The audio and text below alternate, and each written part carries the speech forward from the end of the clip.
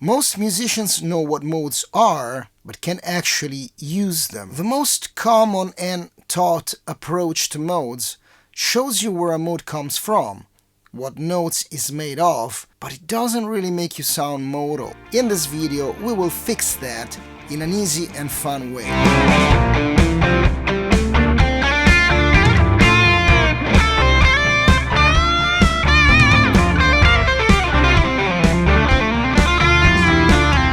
Hey, it's Alberto Lombardi. I really love to emphasize the sound of a mode when I'm improvising, and in the past 30 years of teaching and playing with other artists, I found a way to focus on the sound of the modes that is really simple and really effective. But when is it right to play a mode, and how do you do it? Well, we have to start from the common approach and its limitations. What people usually know about modes is that if you take the major scale, let's say the white keys of the piano, the C major scale, which sounds like this, C, D, E, F, G, A, B, C. These are the white keys of the piano, is the C major scale, and it's the mother of all keys. What everybody knows about modes is that if you start the scale from any other note, you get different modes. For example, if you start from D, you get the D Dorian scale. If you start from E, you get E Phrygian. If you start from F, you get F Lydian. From G, G Mixolydian. From A Aeolian.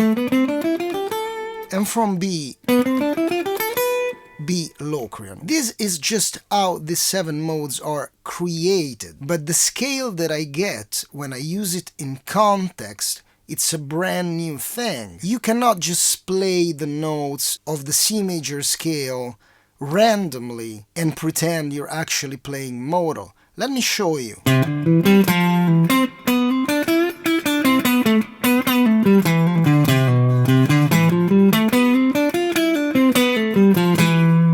This doesn't sound like D Dorian or G Mixolydian. This really sounds like the notes of C major.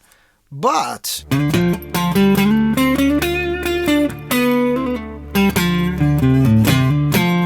I actually played the same exact notes. Those were notes from the C major scale.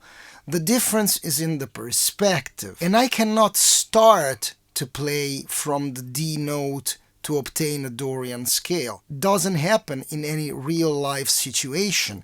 You are moving, you are improvising, you're not playing from the root of the mode you want to play. So you have to find a way of playing those 7 notes with a different meaning and perspective.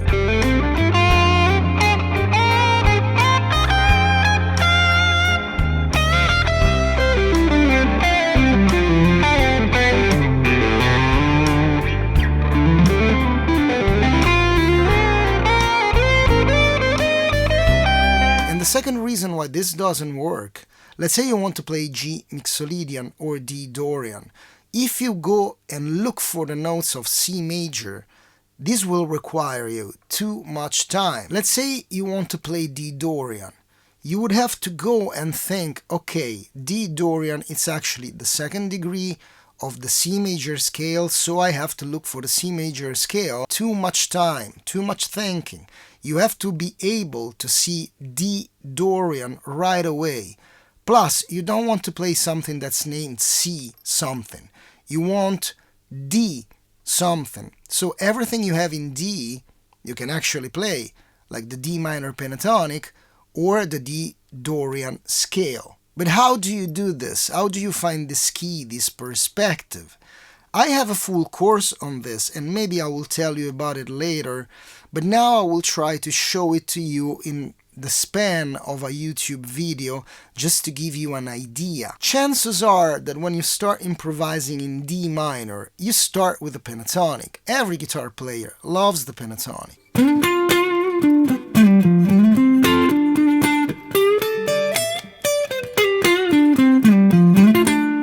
How do you go from the D minor pentatonic to the mode that you want to imply, which is D Dorian. Well, for each mode, there's one note that I call the modal note, that if you add it to the pentatonic, you get the sound and the spice of the mode. That note, in the case of Dorian, is the sixth. So I will have my pentatonic, just the same way that I always play it, but I will add just one note. I will have to learn just where this note is to get a pentatonic with the modal sound.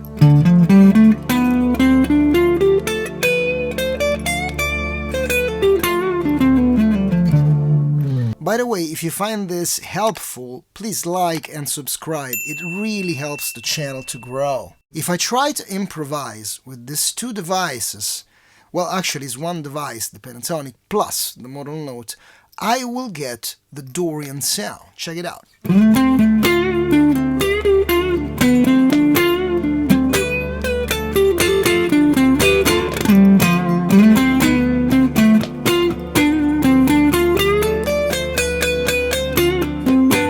So basically, I just added to my pentatonic these two notes, these two B notes, which are the sixths of the scale, and I have my modal sound. But it's rooted into the pentatonic, it's rooted into the sound of D minor. It's not C, it's D minor, and that's what I want. I want the sound of D minor Dorian. The rest of the notes of the full scale is actually pretty easy to get because it's just one missing note. There it is.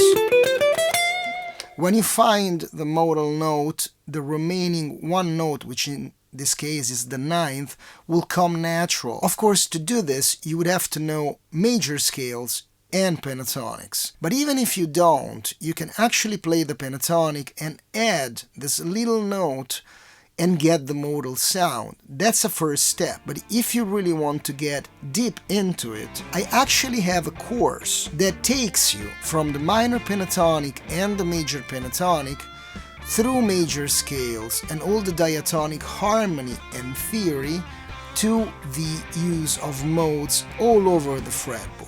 It's a system I developed through the years and it's called DCLS, and with only 10 boxes, 10 scale boxes, which are 5 pentatonics and 5 major scales, just by the way you combine them, you will get to play modes easily. A super cool thing is that I have every backing track, 41 of them, played by my musicians here in the studio in video. So you practice a lesson, you do your practicing, you see us, and it's like we're jamming together. It's 10 hours of video, you can download the PDFs with all the diagrams, and it's online, so it's yours forever. The link is in the description. But when should you play a mode instead of the major scale? Well, there is a specific situation which I call a modal progression. What is it? If you know how to make harmonic analysis and you take a couple of chords from a progression, let's say D minor and G, if you analyze this progression, you know these two chords are necessarily the 2 and the 5 of C major. Let's now say the D minor lasts for 3 bars and the G only for 1 bar.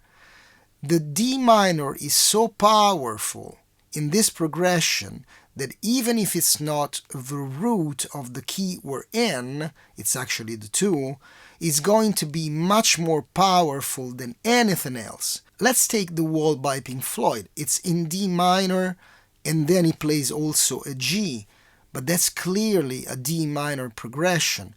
But because we have a G, it's actually a 2-5 in C. But we will never play C major on that progression. We will always gravitate around the notes of the D minor pentatonic, which are the strongest notes of the D minor chord and the D minor Dorian scale. I hope you get a better understanding of how modes work, and I do hope you check out my courses, link in the description. That's how I support this channel. Alberto Lombardi, ciao!